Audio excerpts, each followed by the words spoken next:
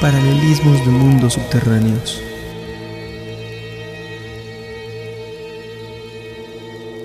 La Llorona y los demonios.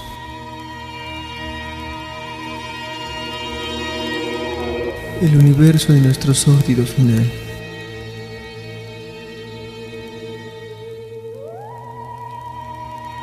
La vida eterna y la muerte.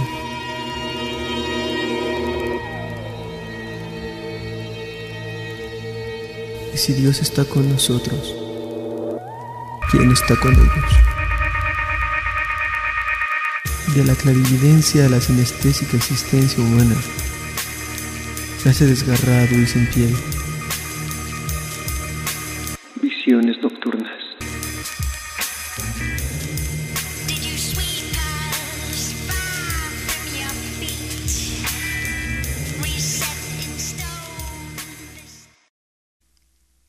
En un sentido genérico, un fantasma es la forma materializada de una entidad astral, condensada en mezcla de materia etérea, lo que lo hace visible, aunque no tangible. Hola, ¿qué tal? Sean bienvenidos a esto que es Visiones Nocturnas. Los saluda Ed Paladín Dragosani, titular de este programa, en esta primera ocasión dedicado a los fantasmas, como bien se han dado cuenta. Y bien, hablando propiamente sobre su existencia real o imaginaria, hay opiniones de todo tipo. A pesar de que nadie puede afirmar científicamente que existen los fantasmas, o que se trata simplemente de algún tipo de problema psicológico, en algunos países se asocia su aparición con mal augurio o mala suerte o tragedias, pero no en todos es así. Los estudiosos de esta materia suelen considerar que existen dos tipos de apariciones, las no queridas y las provocadas. Las primeras son aquellas que se producen sin que la persona ponga nada de su parte en el hecho, mientras que las segundas son las que se logran con una disposición particular de los sentidos, y más especialmente por las sensaciones de imaginación, e incluso por el fenómeno de la doble vista. Se supone que los fantasmas no son solamente espíritus de personas muertas, ya que por la exteriorización de nuestra imaginación se puede presentar imágenes de personajes mitológicos o metafísicos que nunca tuvieron una existencia carnal. Se dice que Bruno percibió la visita del espectro de César, quien le anunció la muerte. También se afirma que en los lugares donde hubieron cruentas batallas, se pueden observar en determinado momento a los ejércitos peleando. Asimismo, en aquellos barcos que naufragaron en circunstancias sospechosas, se pueden aparecer en cualquier momento, según se dice. También se dice que se aparecen los fantasmas de las personas que fueron asesinadas, pues aquellas no tuvieron la oportunidad de cerrar sus asuntos pendientes y vagan en busca de la paz. Lo cierto es que día con día existen casos nuevos de fantasmas, de apariciones en todos lados, en edificios, en escuelas, en trenes, en aviones. Hay quien dice que los fantasmas son objetos de una terrible esperanza para los humanos. ¿De qué esperanza estoy hablando? De esa que nos haga saber que existe algo después de la muerte, que existe algo del otro lado. Hay quien dice que los fantasmas son la prueba fehaciente de esto, de que hay vida después de la muerte. A principios de siglo, el espiritismo tomó mano de todo esto. Se encargaba de contactar con los muertos. Se volvió una epidemia tremenda a principios de siglo en todo el mundo. En cada cuadra de todo el mundo existía un espiritista. Ahora que he mencionado el espiritismo, se vino a la mente aquella anécdota de Houdini, el escapista de principios de siglo, el cual tenía una fijación tremenda con la muerte de su madre, que según sus propias palabras, es algo que él nunca pudo superar. En esa extraña búsqueda por contactar a su madre después de la muerte, se acercó a muchos espiritistas, pero poco a poco se fue dando cuenta de que cada uno de ellos era un fraude. Entonces, sin querer, sin darse cuenta, comenzó una cruzada con todos los espiritistas. Empezó a desenmascararlos, a evidenciarlos, a revelar sus secretos. Pero en una ocasión, hubo una que le hizo morder el polvo. ¿De qué manera? En esa dicha sesión espiritista, Houdini empezó a hablar con lo que supuestamente era su madre, revelando cosas que solamente su madre podía saber, revelando cosas de su padre, de él mismo cuando era pequeño. Houdini, después de una gran búsqueda, había encontrado lo que estaba buscando: hablar con su madre muerta. Él estaba seguro que esta medium, que esta espiritista, era real. Pero todo terminó en el momento que Houdini le pide a su madre que le haga un símbolo en un papel. Y lo que hace la medium es una estrella de David, un símbolo judío.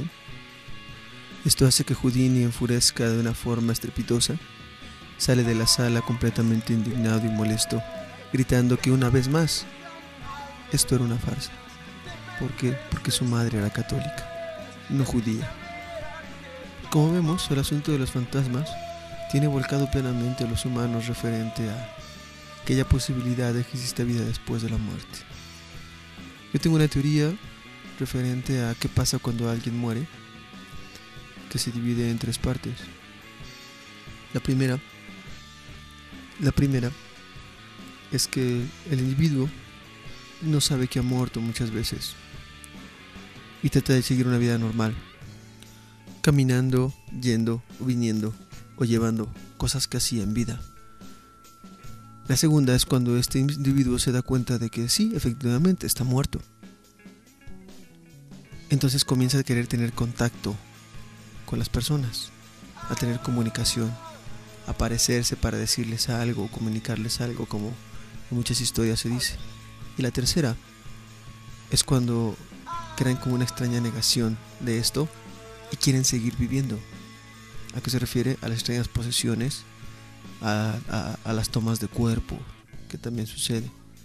Hay muchas historias de gente que dice que fue perdida, que solamente un día estaban en su casa, se levantaron, salieron de casa y no volvieron jamás. Tal vez sea ahí la explicación de por qué mucha gente se pierde todos los días sin explicación alguna. Hay quien piensa que es gente débil, que es tomada por estos fantasmas, por decirlo así, esta gente que murió y que está en esa tercera etapa donde quiere volver otra vez a vivir, y lo que hace es tomar cuerpos débiles, y se los llevan a vivir su vida, a buscar la manera de estar cerca de sus seres queridos de alguna manera. Y cada una de estas etapas, de estas tres etapas de los muertos, de fantasmas, puede durar mucho tiempo, años, hasta siglos incluso, en entender que están muertos, en tomar cuenta de que han muerto, la otra en buscar la forma de contactarse, y la tercera en buscar un cuerpo que les permita volver a vivir, por decirlo de alguna manera. Pero justo en la tercera etapa, no todo el mundo quiere volver a la vida. Unos ocupan su condición de fantasma para tener una venganza o para crear una venganza. Muchos ocupan ese tiempo para vengarse. ¿De qué forma lo hacen? Asustando o aterrando a los seres vivos. Y es ahí precisamente donde se desprenden los fantasmas que viven en mansiones, en casas abandonadas, en hoteles, y se la pasan apareciendo o haciendo cada una de estas cosas, o espantando a la gente que tiene la mala fortuna de verlos. Como vemos, no siempre los fantasmas tienen algo que decir.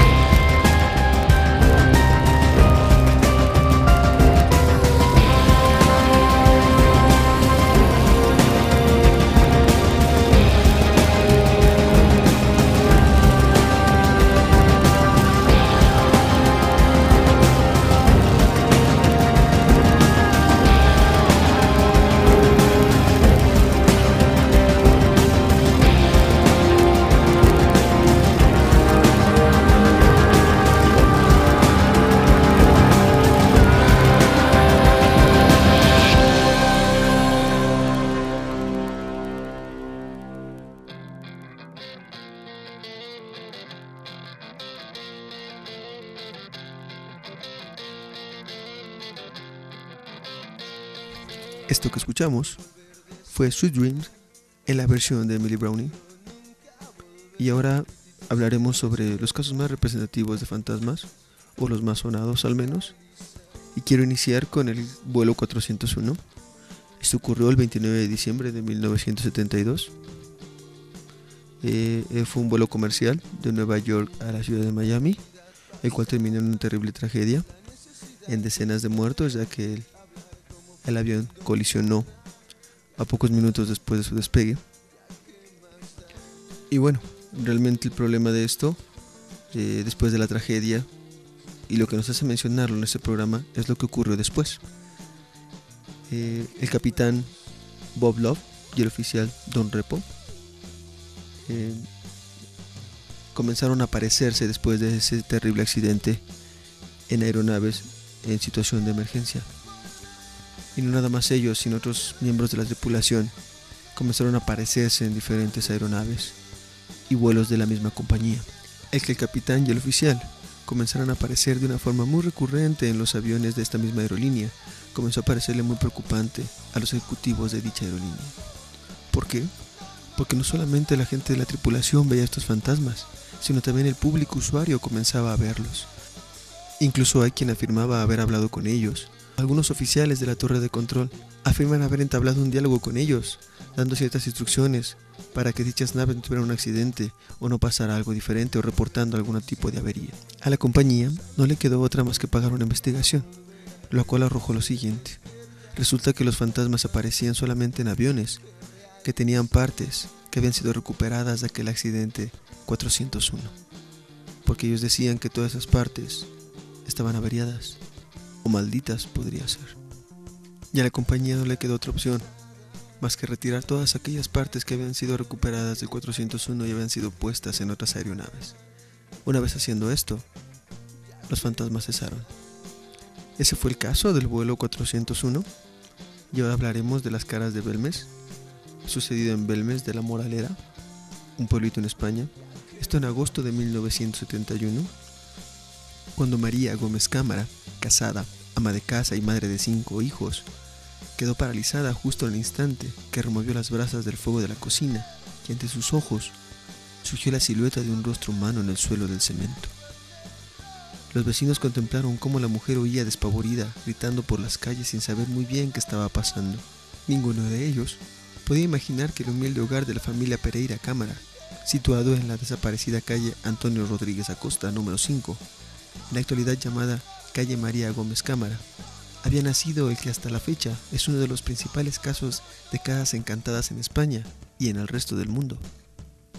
Desde el 23 de agosto de 1971 no han dejado de salir rostros fantasmales de ancianos, mujeres, hombres y niños en el suelo de esa casa. El único fenómeno avalado científicamente y notarialmente en todo el mundo.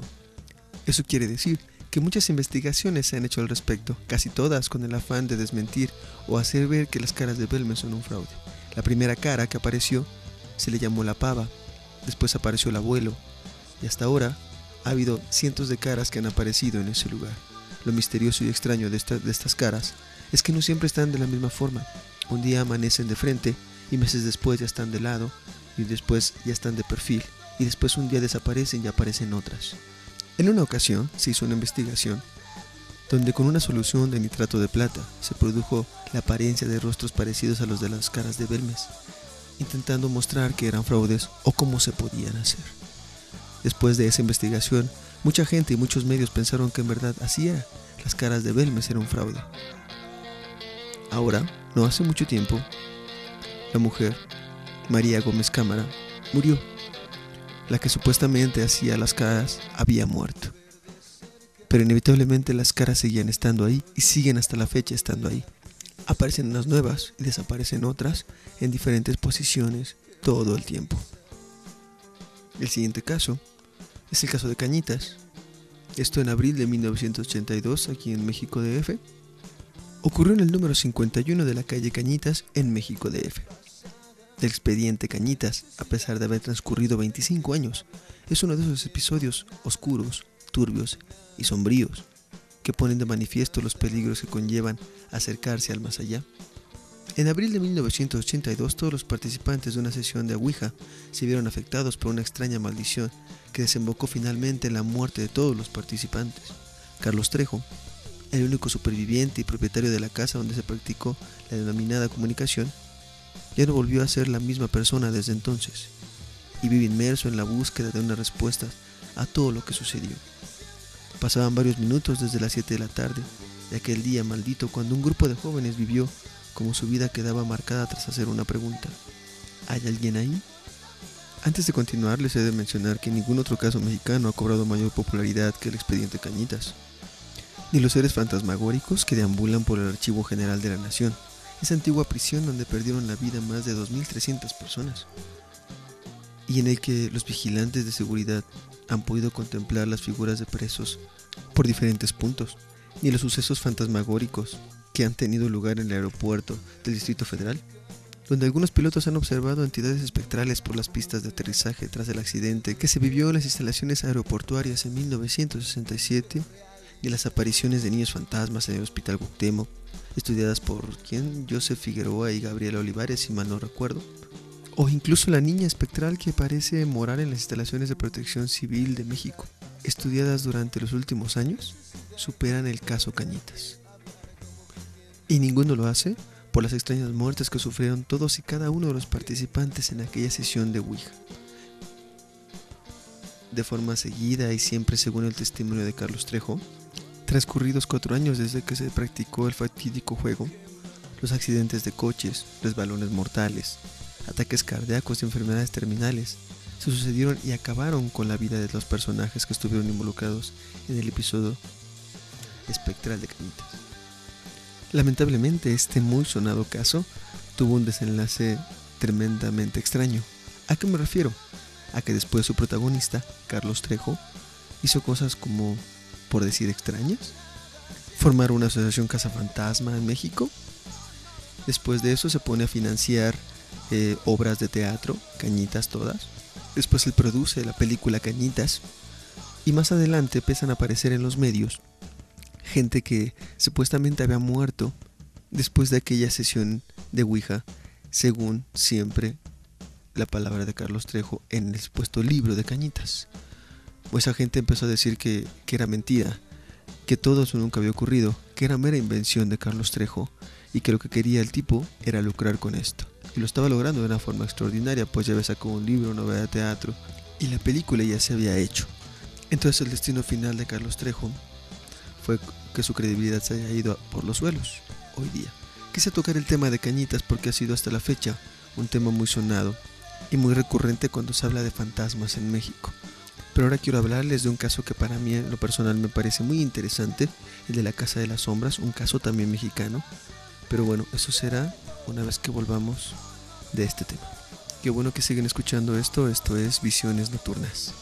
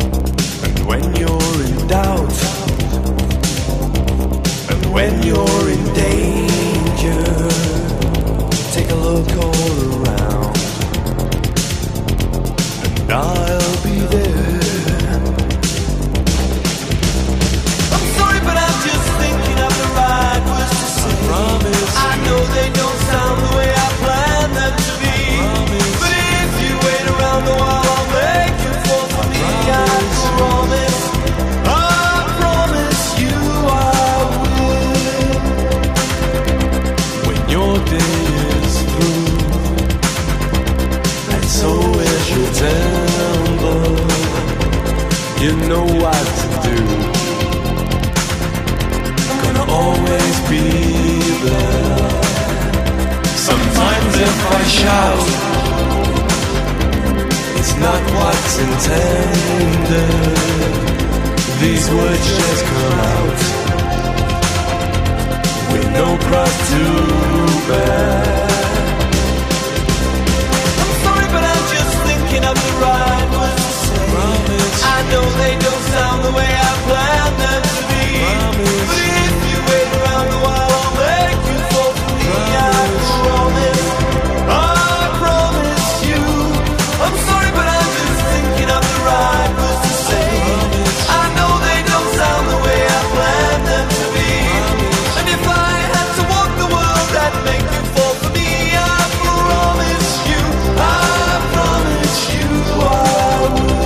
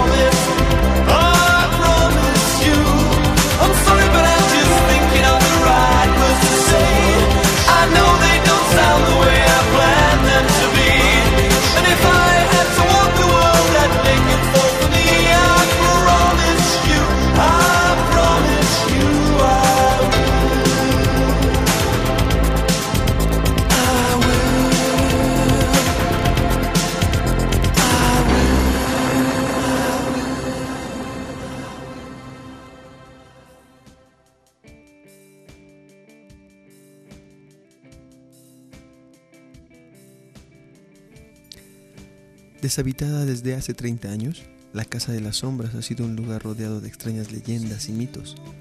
Aislado durante muchos años de la ciudad, rodeada por ominosos árboles, ha sido motivo de muchas pesadillas.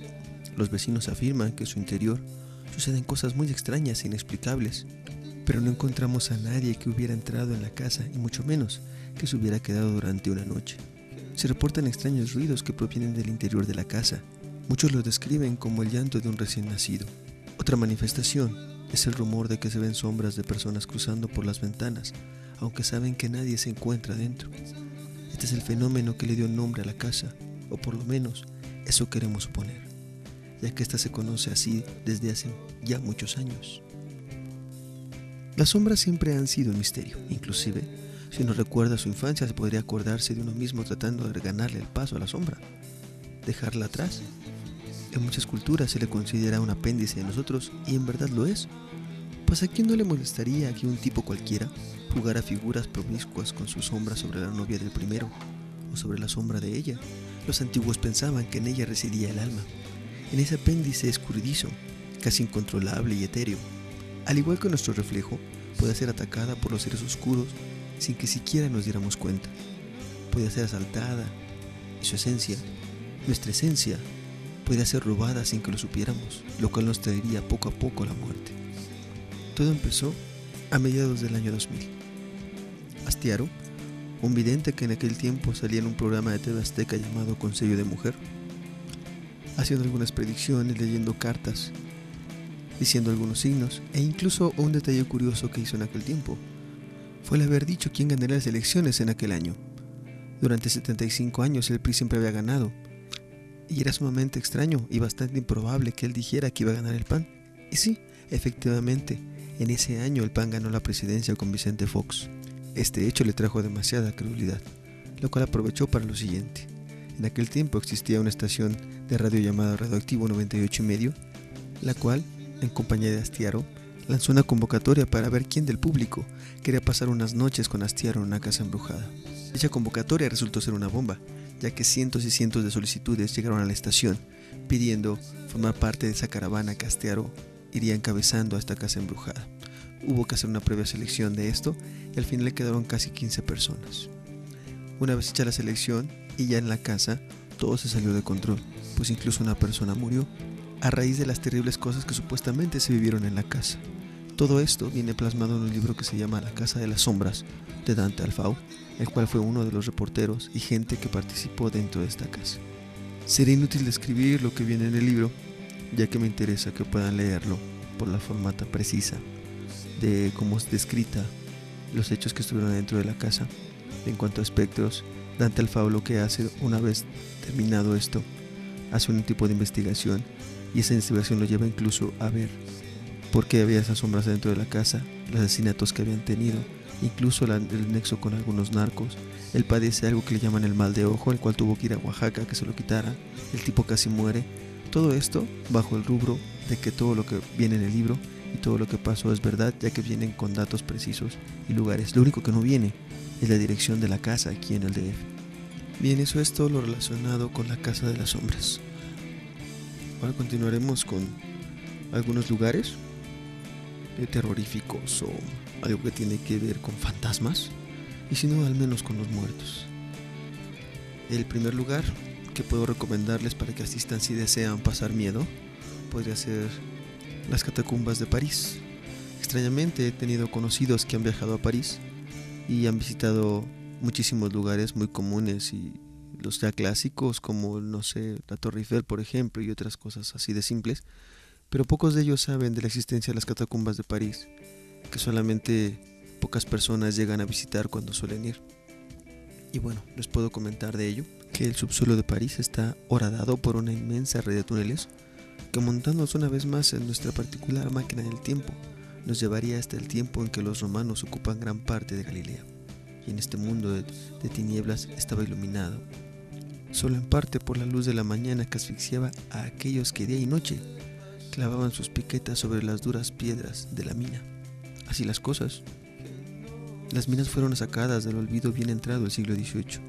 La cuestión es que a lo largo del citado siglo, la población parisina había crecido de manera exponencial, y de igual modo que la urbe engordaba, para adaptarse a las demandas del excedente más que significativo de habitantes, también lo hacían los cementerios, que se veían saturados de cuerpos, al punto de que ni las fosas comunes daban abasto. Las autoridades, alertadas por el creciente temor de que se empezaran a desarrollar virulentas epidemias, en una decisión que seguro hubo de espantar a más de uno, optó por ordenar el traslado de parte de los cuerpos de los rebosantes camposantos de París al interior de los nuevos cementerios habilitados para acoger los restos de aquellos que ya partieron. ¿Se imaginan dónde? Efectivamente, al interior de las antiguas minas. Sea como fuere, no puedo dejar de imaginar cómo se hubieran producido dichos desplazamientos a altas horas de la madrugada, con los carruajes mortuorios rompiendo el silencio, intentando evitar que el crujido de la madera de las grandes ruedas al rodar sobre los cantos despertara la curiosidad de los vecinos. Es probable que tan horrenda visión hubiera acelerado el rumor de la epidemia, obviamente con las consecuencias nefastas que se habrían derivado de ello. Otro lugar donde se puede pasar miedo también es el mentado edificio Dakota, del cual dicen que está maldito. ¿Cuál es el edificio Dakota? Bueno, es el edificio más célebre del mundo, porque entre otras cosas, a sus puertas Mark Davis Chapman soltó 4 disparos sobre un despistado John Lennon, que no debió de enterarse de que se le venía encima. Eso ocurrió el lunes 8 de diciembre de 1980. Pero la historia maldita de este edificio, símbolo indiscutible de la neoyorquina calle 72, es aún más vieja. A mediados del siglo XX, Roman Polanski decide acudir al influjo del Dakota, que ya por entonces era conocida por los supuestos poltergeists que en él se desarrollaban, y porque entre sus pasillos se carcajeaba un descarnado Karloff, para rodar una de las películas emblemáticas del cine de terror, La Semilla del Diablo. Cuentan que Polanski acudió al consejo de Antoni LaVey, el papa de la iglesia satánica, para que las ceremonias satánicas que pensaba mostrar en la película fueran lo más veraces posibles, lo que despertó la ira de los seguidores del maligno, que se congregaron a las puertas del edificio para mostrar su descontento. Extrañamente, entre los reunidos estaba Charles Manson, que sería famoso poco después al perpetrar la matanza de Cielo Drive, que entre otros acabó con la vida de la actriz embarazada Sharon Tate, a la sazón esposa de Polanski. Así pues, ya saben, si tienen 8 millones de euros y les van las emociones fuertes, hay apartamentos a la venta en el exclusivo Dakota, y créanme, las vistas son de muerte. Y bueno, seguimos con un lugar más donde seguramente se puede pasar miedo. Uno último, ese es en México, y es la Isla de las Muñecas, ahí en Xochimilco. Se cuenta que Julián Santana vivía en una chinampa ahí en Xochimilco, y en una ocasión escuchó como una chica caía al agua. Él corre rápidamente a intentar salvarla, y cuando llega, ve que la chica está muerta. Él, de miedo, está seguro que la chica va a regresar a vengarse por el solo hecho de que no la pudo salvar. Y busca a toda costa evitar esto, y lo que encuentra es poner amuletos para que no se acerque a su casa. Entonces lo que hace es llenar toda su chinampa de muñecas húmedas y por todos lados, colgadas en un inmenso árbol que tiene justo en la entrada de su chinampa. Pero a este tiempo, a casi 50 años, él asegura que platica con las muñecas, que le hablan e incluso por momentos lo arrullan. El internet está infectado de videos de la Isla de las Muñecas, donde se ven las muñecas abriendo los ojos, hablando o apareciendo. Heaven restores you in life. You're coming with me through the aging, the fearing, the strife. It's the smiling on the package, it's the faces in the sand. It's the thought that moves you upward, embracing me with two hands. Right, we'll take you places, yeah, maybe to the beach. When your friends, they do come crying, tell them now your pleasure's set upon slow release.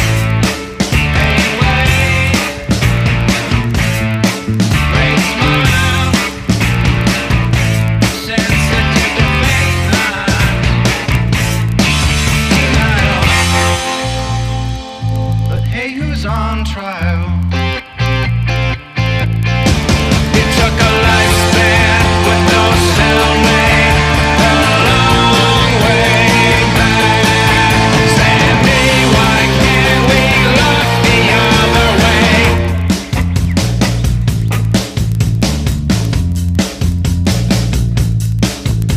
We speak about travel, yeah, we think about the land. We smart like all people's feeling. I could take you places, but you need a new man. Wipe the pollen from the faces, make revision to a dream while you wait in the van.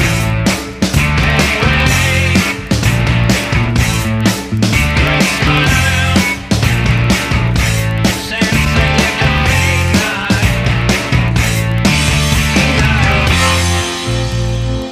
But hey, who's on trial? Took a lifespan with no cellmate, quite a long way back. Sandy, why can't we look the other way? You're weightless, you are exotic, you need something for which to care. Sandy, why can't we look the other way?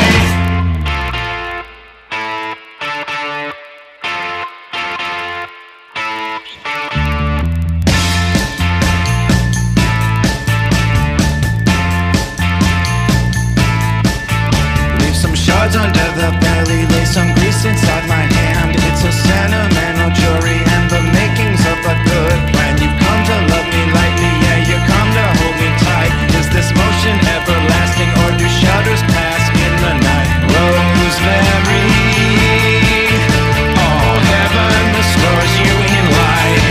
I spent a lifespan with no cellmate, a long way back.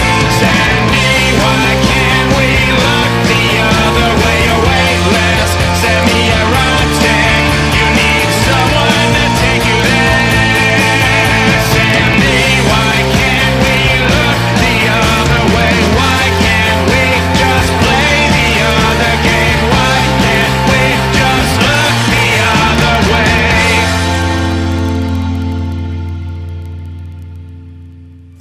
Quizá haya llegado el momento de que la ciencia empiece a investigar seriamente sobre la realidad de un mundo paralelo, tal y como parece mostrar la física cuántica del siglo XXI, o sobre la posible supervivencia del ser humano tras la muerte, algo que provoca una reflexión nada fácil para la sociedad. Por el momento, la pregunta es, ¿se atreve a traspasar el umbral de lo invisible para descubrir si hay o existe alguien al otro lado? Muy bien, con esto damos fin a este primer programa de Visiones Nocturnas, dedicado a los fantasmas. Pueden escribirnos cualquier tipo de sugerencia, algún tipo de tema. Pueden escribir a boomsonico@hotmail.com. Intentaremos hacer un Facebook del programa tal vez, o si no el personal, facebook.com/edpaladindragosani. Y bueno, esto es Visiones Nocturnas. Los vemos en el próximo programa. Yo soy Ed Paladín Dragosani.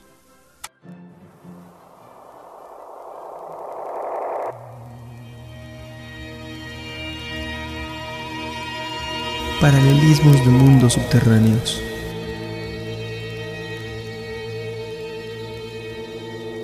La Llorona y los demonios.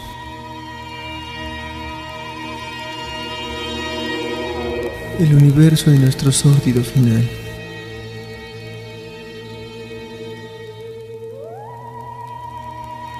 La vida eterna y la muerte.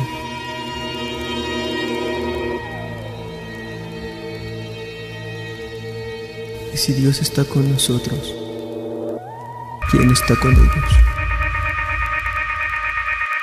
De la clarividencia a la sinestésica existencia humana, nace desgarrado y sin piel. Visiones nocturnas.